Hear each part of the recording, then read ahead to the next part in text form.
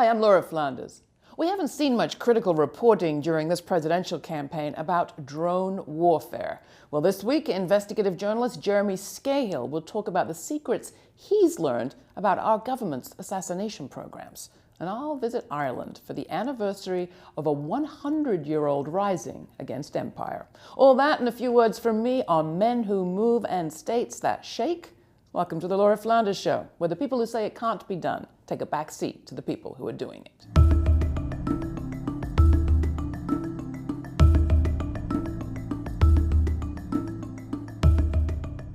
If drone warfare has come up at all this election season, it's been in passing, and the candidates don't differ much on it. But how is the face of war changing, and how do our peace movements need to respond?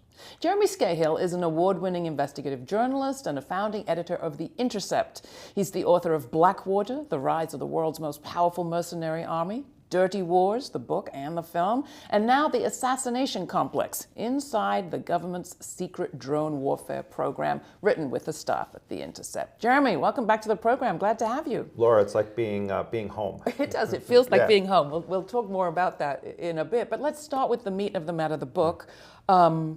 It is based on a mountain of classified documents that you and your colleagues went through. Briefly, what is the most important thing we need to take from it? Well, the Obama administration and the president himself have claimed, really from like the first year of the administration on, that this is somehow a cleaner way of waging war, that it's a smarter way of waging war, and that it's a more effective way of killing terrorists and protecting Americans. And there's no doubt that under President Obama, dozens of people who I think objectively could be, declared as terrorists have been killed. Whether they went through a judicial process is a whole other story. But the entire thing is predicated on a lie. The lie that this is a cleaner, safer way of waging war. The reality is, and the documents that we obtained show this, that at times 9 out of 10 of the people killed in drone strikes by the U.S., the U.S. doesn't even know their identities. In other words, 9 of the 10 people were not the intended targets of the strike. Were they other so-called bad guys? Maybe. You have a chapter in the book co-authored with Glenn Greenwald called Death by Metadata. Right, and that's how people are essentially being killed today. It's not that you are locating an individual and killing them. They are locating people's SIM cards or their handset numbers, and there's a number of things. They call them selectors. Everything is like in corporate language. The SIM card being the thing you have in your cell phone. Right, the SIM card is in your cell phone, and your SIM card has its own ID number. And your handset that you put it in, if you have an iPhone, you stick the SIM card in the iPhone. The iPhone also has its own indicator. And then the SIM card has a way of communicating with the cell phone tower. And the phone itself has a way of communicating with a Wi-Fi communication. So your phone is basically just like a homing beacon that's constantly emitting signals without your knowledge. And so the US, the NSA, the CIA, and the military are using those signals being emitted by everyone's phones to triangulate the location of a phone that they believe to be in the possession of an individual, and that's how they trigger the drone strike. So in many cases, they're not even 100% certain that they have the person, but they know they have the phone. So you might have given your phone to someone? Right. I mean, and it does happen. In fact, that the source who gave us these documents, the whistleblower who worked on the targeted assassination campaign, said that they would watch the Taliban go into meetings, and then they would have like a shuffle in a bag of SIM cards, pass them out, and then they would all go and spread. They understood the system. But there also have been a number of cases where people have been killed because they had a phone that U.S. intelligence believed was connected to terrorism, and then a drone strike takes place, and it turns out not the right person. Now, the White House is releasing documents purporting to tell us more about who's targeted and why. What do we need to think about when we hear the White House talk about its releases? Right. Now, when someone like President Obama, who is a constitutional lawyer, by trade and training, and has had a lot of support, particularly from liberals in this country, and I think people generally, on the liberal end of the spectrum, say, well, we trust Obama with this stuff. We wouldn't want the Republicans to have it, which is a whole other moral discussion, but we trust Obama. And so when the President of the United States looks into a camera and says the number of civilians killed is minimal, and that reports that we're doing this willy-nilly and just blowing up villages are false. And he says, the number of civilians killed is minuscule. Okay. I don't think it's that the president is knowingly sort of lying to people. It's that the system, and this is what our documents in the book show, the system is created so that the number will almost always be 0 when asked how many civilians were killed, because everyone killed in a drone strike, unless they are clearly a woman or a child, is going to be designated as an enemy killed in action. And the only way you lose that designation after death is if posthumously you are proven to have not been a terrorist. So it's sort of the reverse of due process. And so when Obama says the number of civilians killed is minimal, it's because the system produces the number 0 or very low numbers every time they do a strike, unless a journalist or a human rights organization goes to the scene and figures out, wait, these people weren't terrorists. This was a wedding party. Now, you said, some people, even on the liberal side of the spectrum, are comfortable with, well, as long as Obama is in charge. But he's not the only person in charge. There's a whole kill chain. An extraordinary part of your book is Cora Courier's reporting on all of that, writing up the materials that you were able to receive. The other piece of it is that corporations are involved in all of this too. Talk a little bit about the role that corporations play in our complex, our assassination complex. Right. Well, I mean, first of all, many of the slides that were produced that we have in the book for the U.S. military were actually done by a national security division of the IBM Corporation, where they have a whole national security division. And what we did is we also we analyzed, and they use some of the same language and actually the same templates for slides that are about killing people, hunting and killing people, for other corporate clients. And they use it seems like they are producing widgets. I mean, that's how they talk about it. And the banality of evil just is kind of oozing from these things, because it's like, who are the authors who wrote these documents that refer to find, fix, finish, all of these terms that they use, and we have a whole glossary of them in there. But I mean, corporations are making a killing off of this killing. You have Boeing, Lockheed Martin, and then you have these huge farms filled with private contractors who are on loan or being rented to the US government to be drone pilots or to be intelligence analysts. And those individuals are essentially part of a matrix that is a for-profit industry of killing. And it's wrapped in the sort of flag of patriotism and national security. But at the end of the day, there's very little difference between what is happening now with the warfare industry and drones as what happened with Lyndon Johnson when he was throwing contracts to Bell Helicopter because they were a Texas company and the Vietnam War seemed like a great market for them. Well, the military-industrial war killing complex is, as you said, nothing brand new, but this definitely is a new form. We often talk on this program about the history of capitalism and how does it keep going? Well, first you exploit land, then you exploit people, and increasingly it looks like wars become like the bedrock of our ability for capitalism to revive itself in a moment of crisis. Totally. It's certainly what happened in the 20th century. Seems to be what people are betting on in the 21st. Well, it also is a kind of form of, I mean, if you look at what the U.S. is doing in Africa right now, it is a form of neo-colonialism. So talk about that. Well, you've got that you have an increasing number of what they call small footprint bases throughout Africa, and so the U.S., rather than deploying large numbers of troops, is starting to create outposts where they can fly drones and other essentially robotic tools of war, and then also partnering up with unsavory militias or human rights abusing governments. I recently did a story about how Eric Prince, my old friend, the creator of Blackwater, one of his latest things was creating a privatized air force using crop dusters manufactured by a farm company in the U.S. state of Georgia and weaponizing them to sell to the Christian supremacist leader of South Sudan. You have this sort of growing covert or not so covert military presence in Africa. And if you just rewind history half a century, there were these liberation struggles against exploitation of natural resources, against stomping out any attempts at self-determination. And I feel like there's nothing new in warfare except the technology.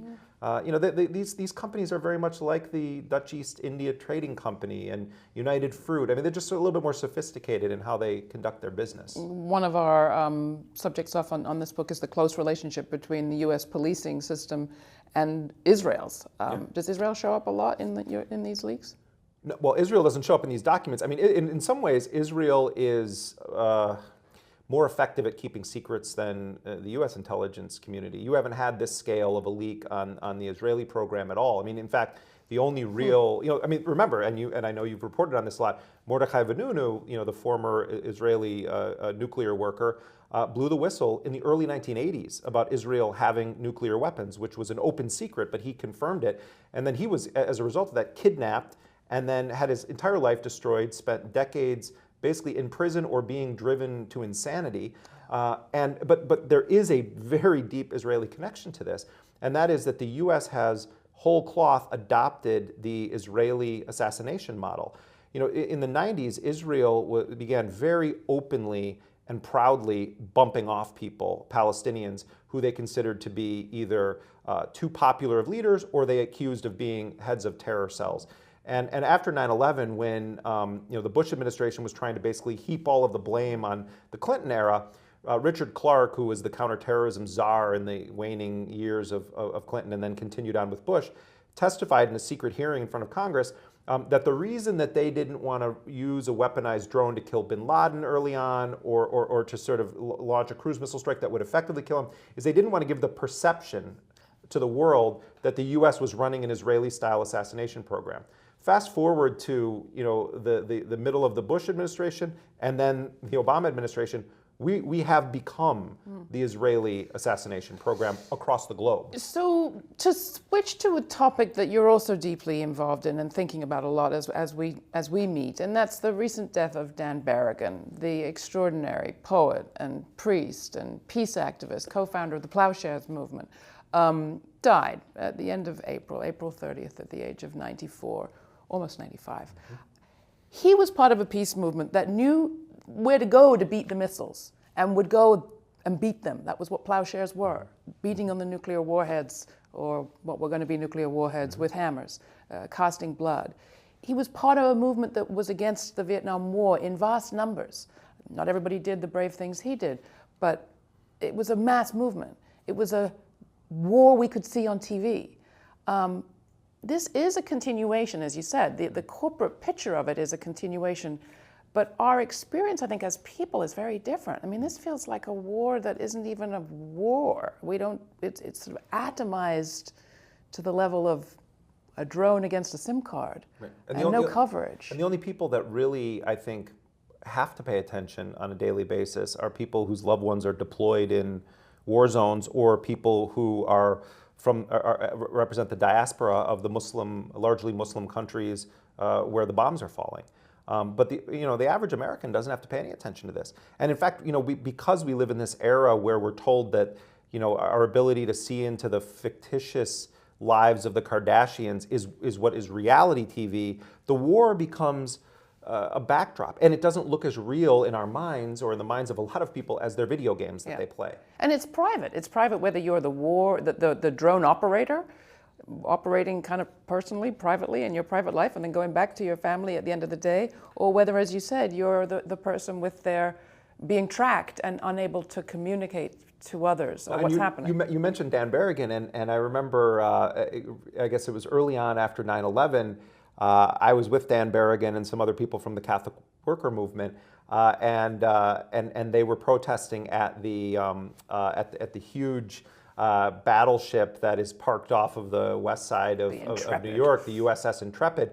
And at the time, you could sit in the cockpit of a plane, and kids were doing this, and you could operate your own bombing run over Iraq. And they had little kids going in and doing this. I mean, now that is the whole gaming culture is part of this. So two things: how does our peace movement need to change? Our peace movements need to change to respond to this, to kind of republicize, to reshare this experience. Well, you and I mean, Laura, you and I have known each other for a long time. I feel like I was a little kid when I first met you, and I was like, oh my God, it's Laura Flanders. And and I was living actually at the Catholic Worker at the time, and sort of begging my way into working with you guys. And you were working a lot at Democracy Now!, one of the only people ever to be allowed to host Democracy Now! When Amy was not around, which is kind of an awesome thing. Big honor. Right? No, but it was cool, and you and I had worked together. But I learned a lot from being around both community radio and these communities of resistance, and it really was like kind of an alternative education in a lot of ways. And I think that one of the lessons, though, that I think we can learn by comparing where we are now to what was happening at the height of Dan Berrigan's global impact, which was when he and his brother Phil had burned these draft cards in Catonsville, Maryland, in May of 1968. And that was this intersection of of the targeting of people of color in the United States, the uprisings that we're starting with the freedom rides and the fight for actual voting rights and the fight for dignity. And I think we've lost our way largely on connecting those two. Phil Berrigan, Stokely Carmichael called Phil Berrigan the baddest white man alive. Phil Berrigan had, was a civil rights priest who spent a lot of time in the Deep South, who felt a great affinity for the black community and would always show up. And I think that if we step back and look at it, especially people that are just really focused on anti-war activism, if you don't pay attention to the fact that everything you've been opposing around the world is here now. Yeah. It's in the black community. It's in the targeting of young black people by law enforcement. It's in the paramilitarization of police forces in this country. And immigration. It's the immigration. It's the militarization of the border. All of these policies that were unleashed around the world now have come home in the most real way ever, where local police forces all look like SWAT teams now. There is a whole program that the Homeland Security Department runs to give grants to local law enforcement to obtain armored vehicles that the military is done using in Afghanistan. And those now are facing down against protesters, but also just black communities or poor communities. Without a widely distributed tax base, they're dependent on that money to operate their cities. Right. What's the alternative? I know that Dan Berrigan had an alternative. When we met, you were living, as you said, at Catholic Worker. Dorothy Day, co-founder of Catholic Worker, had a vision of an alternative. Do you have a vision, or you want to share Dan's? I mean, I'm a 42-year-old white guy in this society, I'm probably the most protected class of people in the world, a white, American male. And I wouldn't presume to tell anyone else how they should be organizing. I have been so inspired by the militant actions of young people of color in the United States. And my answer to your question may not be the most satisfying one to people listening, but it's the truth. I think those of us that have been around a while need to take a humility pill and listen to younger people and take their direction. Because I think part of the problem has been people like me telling other people what should be done. I think we, and I include myself in this, need to spend a lot more time listening, because young people, I think today, especially young people in urban areas where there is warfare, the state versus young people, people of color, immigrants.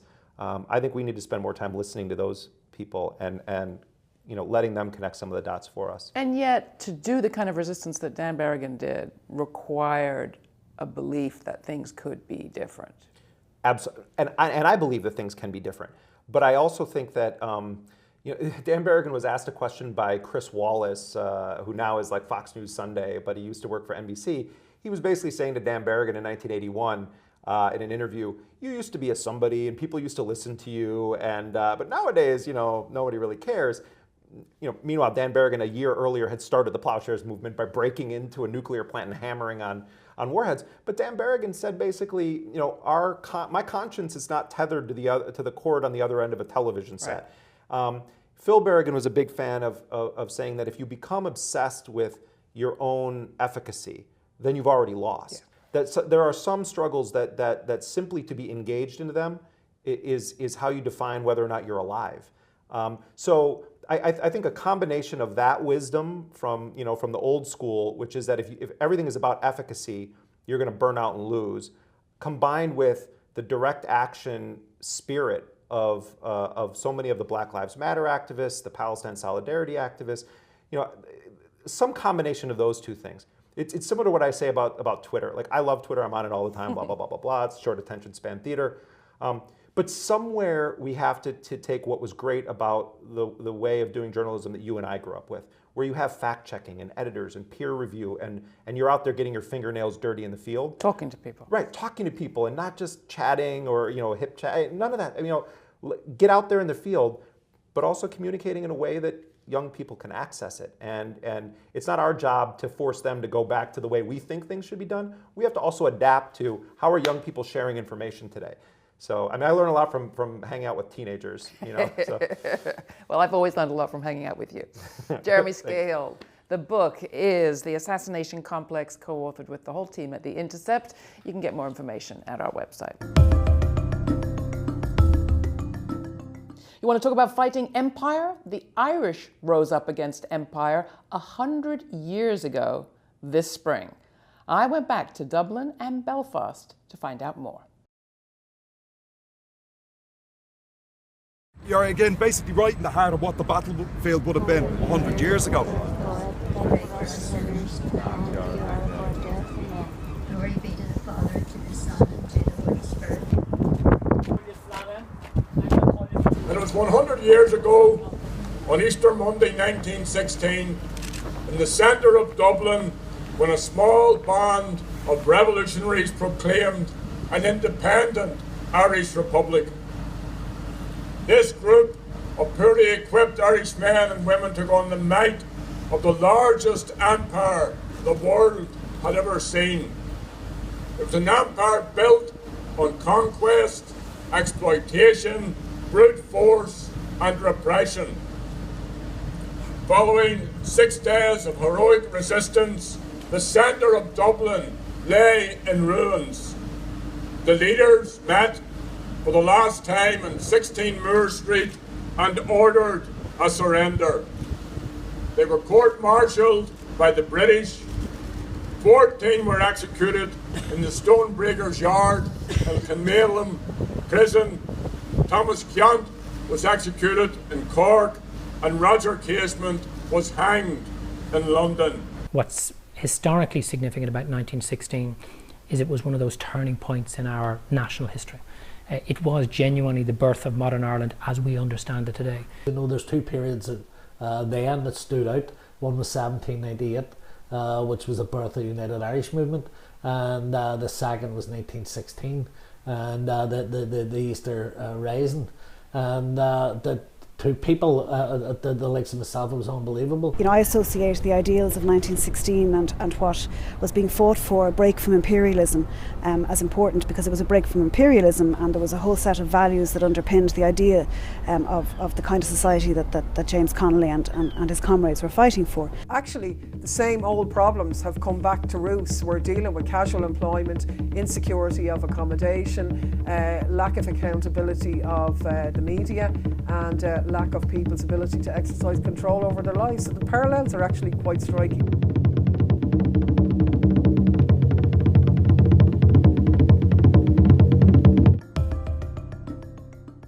One man moves and a whole state shakes. When that one man is hedge fund billionaire David Tepper, that's just what happens. David Tepper's a multi-billion-dollar hedge fund manager who's lived in New Jersey for 20 years. Now he's moving his home and his business to low-tax Florida, and that'll cost New Jersey millions, probably hundreds of millions, in lost tax revenue. New Jersey's not alone. According to one New York Times report, the top 1% of residents pay a third or more of total income taxes in half a dozen states: New Jersey, New York, California, Connecticut, and Maryland. Wealth has flowed so much from the bottom to the top that entire states are now dependent on a tiny, powerful class. What's a state to do? The Times reports that states are doing everything they can to get their fat cats to stay. But really, is that the only way to go? I took a look at Tepper's wealth. First, it's financial wealth. Hedge fund managers don't make things or sell things, they place bets. Tepper made a whole hunk of his wealth, some $4 billion, from a 2009 investment in distressed financial stocks, including Bank of America.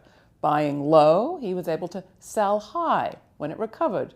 But who helped it recover? We did, taxpayers.